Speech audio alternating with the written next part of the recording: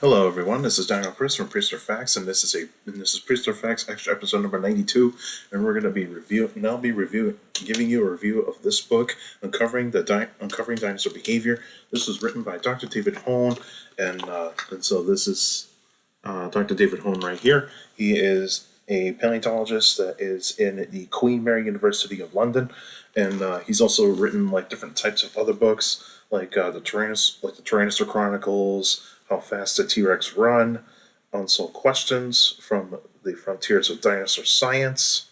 You know, he's written a bunch of books, and I have the Tyrannosaur Chronicles. I do not have How Fast Did T-Rex Run book yet, but I might do an extra episode for that, of a book review for that. And so what this book is mostly about. It's mostly about the latest science in terms of dinosaur behavior, like what kind of like methods are used to actually uncover like dinosaur behavior, and what things are actually and what things could actually be done in the future for dinosaur research, for dinosaur behavior research. And so I'm going to go through the chapters with you guys. I'm not going to read every single thing about it, every single thing from each chapter, because that's going to be like over an hour long video. Yeah, and I don't want to do that.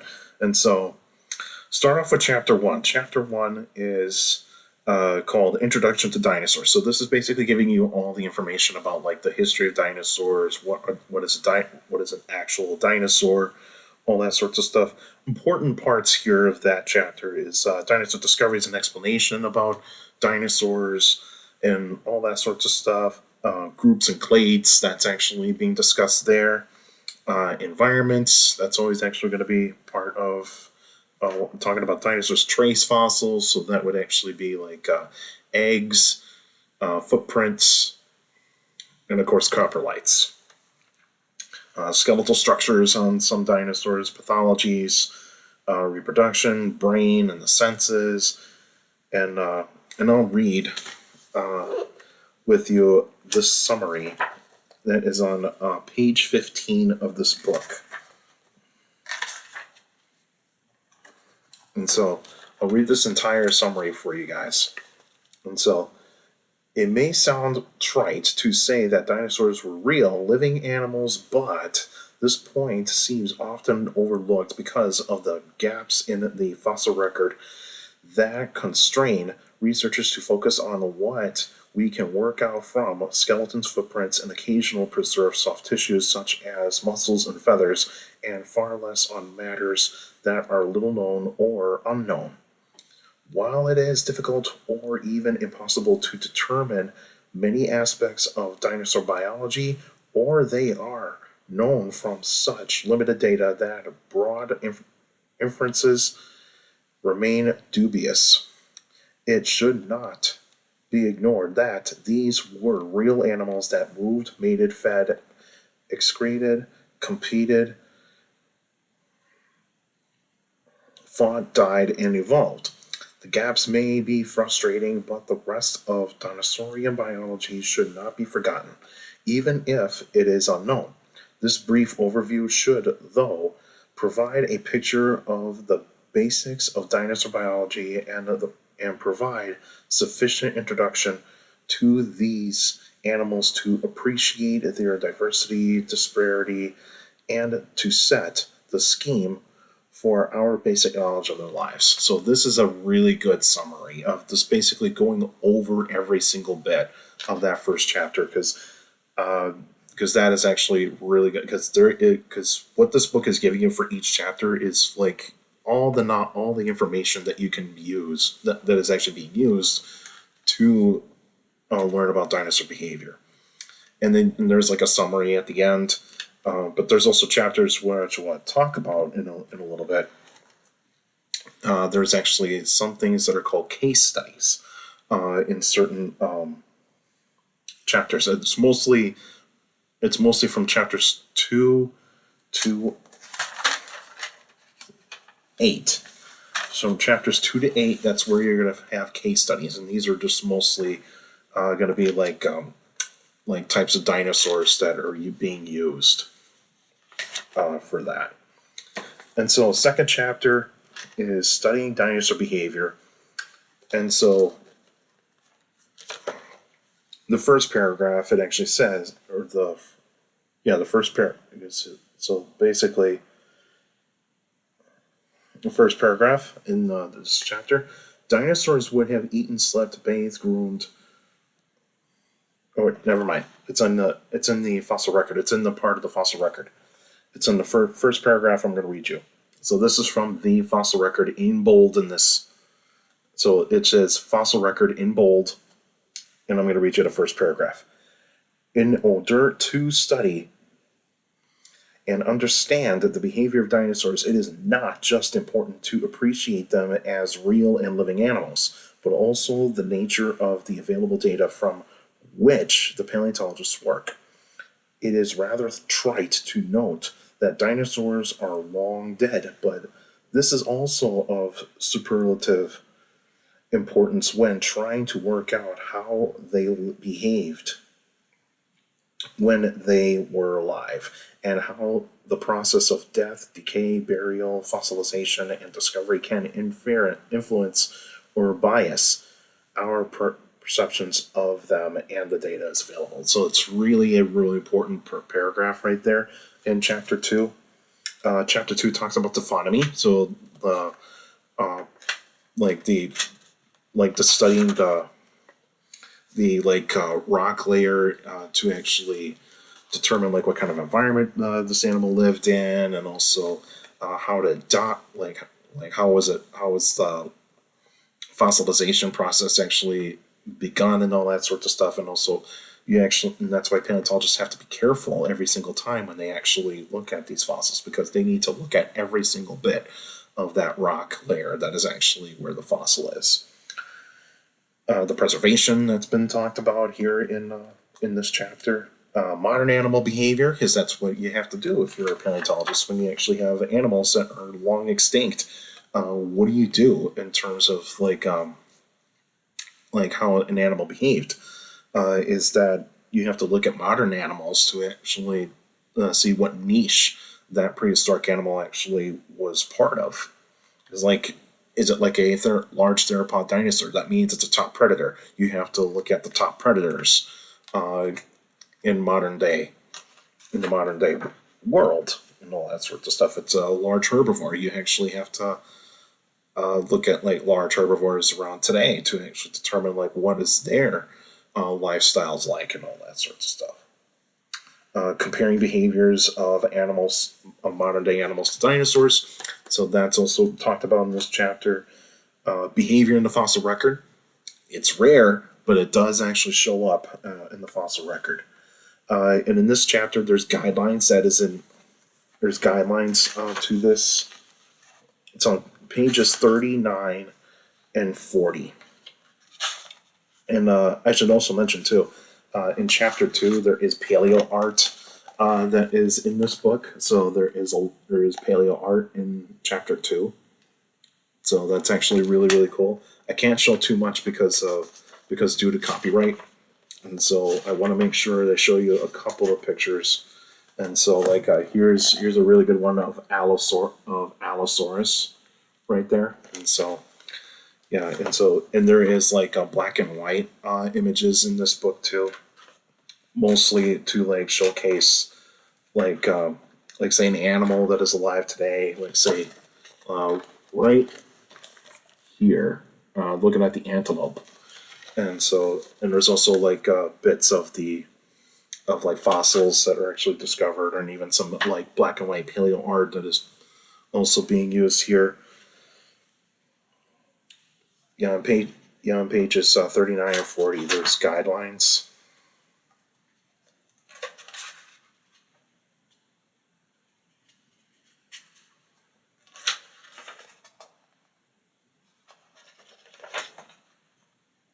I might have written down no,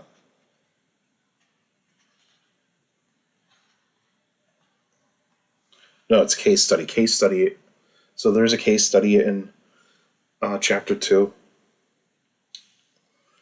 And that is just talking about behavior in Tyrannosaurus. And that's what the case study is. I apologize. I've probably written down the wrong pages for the guidelines. They're probably on chapter 3. But yeah, and so the case study for chapter 2 is behavior in tyrannosaurs. I'm not going to read every single bit of this, and so that's what you're going to have the case study in here. Chapter 3, chapter 3 is the basis of dinosaur behaviors. So this is more likely talking about like certain parts of dinosaur fossils, and so determining like say eye size, brain structures, like talking about the brain and the senses. Those are actually going to be talked about in chapter 3, and also the habitat, the physiology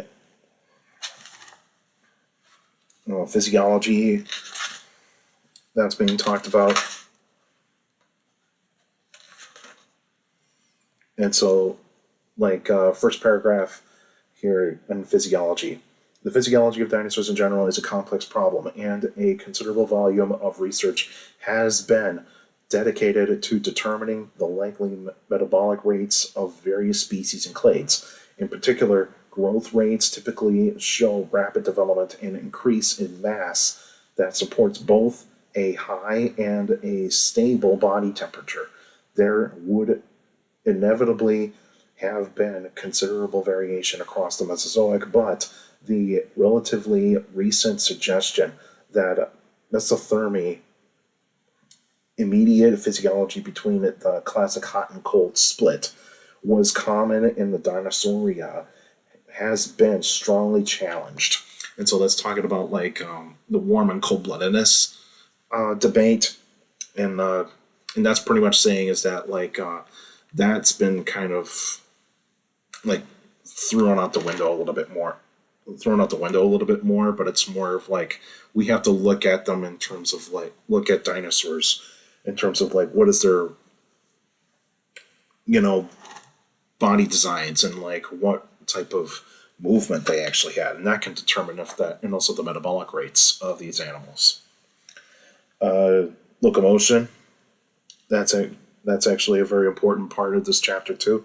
The locomotion, the musculature in the limbs. And so like here's a really good example right here. If you look at in page 49, that's where it is. So this here showing the muscles in the arms of that dinosaur, that is actually really, really neat. Another thing that is actually talked about here is feathers for locomotion. So it's talking about like Microraptor. So here is actually the paleo art right here, the black and white, and it talks about Microraptor, like how feathers are actually being used for locomotion, mainly for like gliding and all that sorts of stuff. That's actually really, really cool. And then the case study for chapter 3 is the aquatic affinities. So AFFINITE. Try this again. Affinities. AFFINITIES.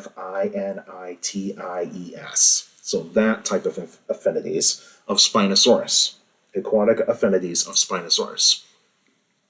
And so it's talking about like how like the debate of Spinosaurus being an aquatic dinosaur, and all that sort of stuff. Is there like some good things about it in terms of like, yeah, it lives an aquatic lifestyle. There's some things that still have yet to be answered, that sort of thing.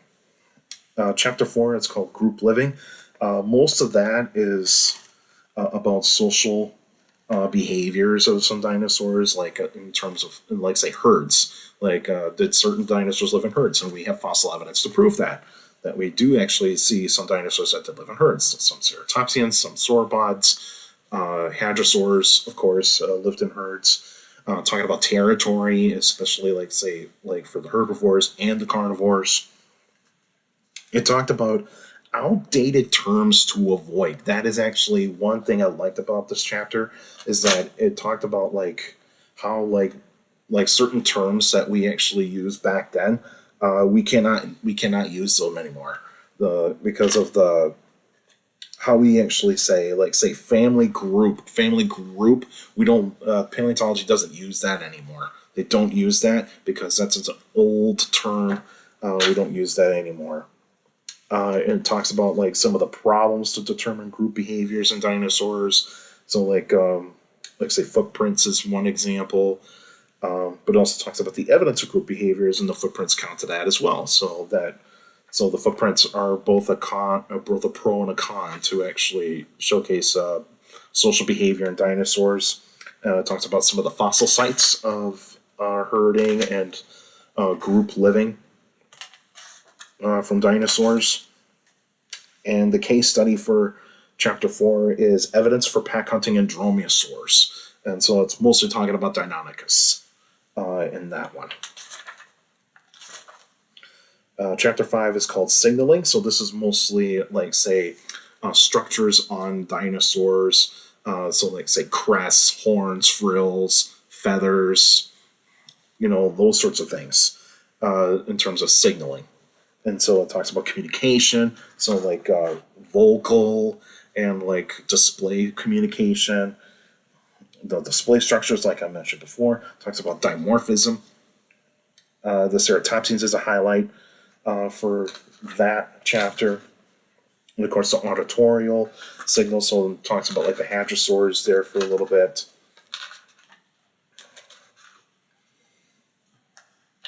And so in terms of chapter 5, and chapter 5's case study is multiple signals in Protoceratops. So it talks mostly about Protoceratops and how like the frill changes as it grows, that sort of thing.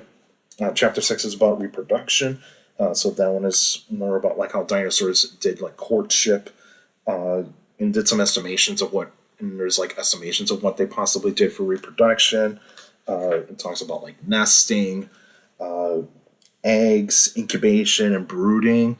So mostly like the bird parts of dinosaur behavior. And of course the hatchling, so post-hatching. And so the like dinosaurs care for their young. Did they actually like let them to actually fend for themselves? Those sorts of things. In the case study for chapter 6, that is pre and post-hatching parental care in Maiasaura. So that would actually be like, say, the fossil site of Egg Mountain in Montana. And then the final, the second to last chapter, that's about combat. So it's talking about like mating, territorial, and food combat. So it also talks about pathologies a lot more. The defensive versus offensive combat. And then, of course, horns, spikes. That's mostly like the ceratopsians. Some bits of stegosaurs. Claws and teeth, mostly for the like therizinosaurs and the theropod dinosaurs, majority of the theropod dinosaurs, so most of the meat-eating dinosaurs. And of course, bite wounds, talks about bite wounds with domes and clubs, so that's the ankylosaurs and the pachycephalosaurs. So those are talked about a lot in that chapter. And the case study for combat in chapter 7 is combat between ankylosaurs. So that's the most recent thing that's talked about there for a case study. And then the final chapter is feeding. And so feeding on chapter 8, majority of this is actually about prey size based on the size of predators. So like if you actually look at large predatory dinosaurs, mostly a lot of those are actually going to be going after large prey. If you're a smaller theropod, you're mostly going to go after smaller prey. Occasionally, you can go after large prey, but it's more on like what are you more likely going after? And of course, animal size determines how much it has to eat. That's what this chapter talks about a lot. Of course, teeth does actually count in determining like what certain types of dinosaurs are eating. And talks about, like, say, the sauropods, hadrosaurs, therizinosaurs, and ornithomimids in terms of, like some of them did have teeth, and, like, the different types of teeth that these dinosaurs had. So, like, sauropods, some of them actually have, like, spoon-shaped or pencil-like teeth. There's hadrosaurs, they have the grinding teeth. The therizinosaurs, they have leaf-shaped teeth in the back of their mouth, in the back parts of their jaw. Ornithomimids don't have any teeth. And of course, coprolites are talked about here. So it's talked about, like, say, like the coprolites are good answers to determine what a dinosaur has actually ate. Predator skull and teeth size, that's actually determining like what kind of what kind of prey that predatory dinosaurs are going after. And shape of teeth, that's always going to be a determining factor of like what types of dinosaurs are actually going to be feeding on. And then the case study for chapter 8, the final chapter on feeding, and then let's talk about the feeding height in sauropods. So, like, did certain sauropods have to raise their heads up to actually get the food that they need? And that sort of thing. And say if say mostly the the diplodocids, so like Apatosaurus, Diplodocus, Brontosaurus, their heads are more likely going to be horizontal, like their necks are going to be like horizontal like this, so they probably couldn't raise their head up too much, and so they're more likely going to be like ground feeding. And then of course say Camarasaurus, Brachiosaurus, they probably had to go up towards the tree. They had to go towards the trees to actually get their food. And then the final thing on here, the summary that talks about every single thing that was covered in this book, and that is from pages 152 to 158. And on the reflex or appendix, on the appendix, it talks about dinosaur clades. So you actually get like the phylogenetic trees of some dinosaurs, so the theropods, the sauropods, the ornithischians, those sorts of things. It's a really good book. I highly recommend this book if anybody that is actually interested in dinosaur behavior. It's a really good read. Dave Holland does it again of making a great book to read. A lot of knowledge in here. It's very easy to read. Very easy to read. More likely, this is for people that are going to be, say, middle school, junior high, and up, because if you're really interested in paleontology and you want to learn more about dinosaur behavior, this is the book for you. This is the book for you. Go read it. I highly recommend it. It's really, really good. And so, tell me, guys, do you have this book? If not, just like you don't have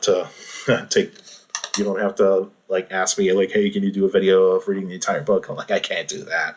That's not what my channel is about.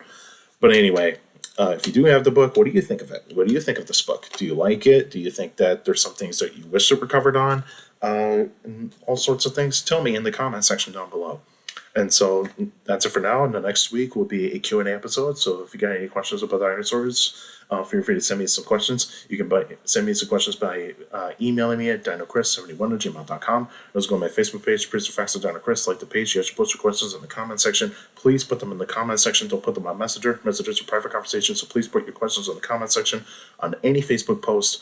And also for you YouTubers out there, like the video, subscribe to the channel. According to my analytics, a lot of you guys are checking out my channel and not subscribed yet, so please feel free to hit the subscribe button and also hit the like button, because that's how the YouTube algorithm works. The more likes the video gets, the more likely the video gets spread out to people that are interested in dinosaurs, prehistoric life, paleontology, and geology in general. So please hit that like button on the videos and also subscribe, and also share the video, share the channel to anybody that is interested in dinosaurs, prehistoric life, paleontology, and geology in general. So please feel free to do so. And also hit the notification bell so that way you can get notified of every video that comes out weekly. And also for you YouTubers out there, feel free to leave your questions in the comment section, because I do read them all on the Q&A episodes. So all of you that send me questions via email, Facebook, and YouTube, you guys are awesome. You give me some great questions for those Q&A episodes. So keep up the great work, and also make sure you keep your questions short to the point. You can also follow me on Instagram at dino.chris, the PF, and post political stuff on there. And also you can follow me on Threads. Same thing at dino.chris.pf. I post pretty cool stuff on there as well. Also, take care of the people around you. And also, for your younger people out there, it makes you listen. Your parents, your teachers, and your guardians. It's the best motivation you could have a good education. It's very important to have good educations. With a good education, you get a good job in the future. That's it for now, and I'll see you guys next time.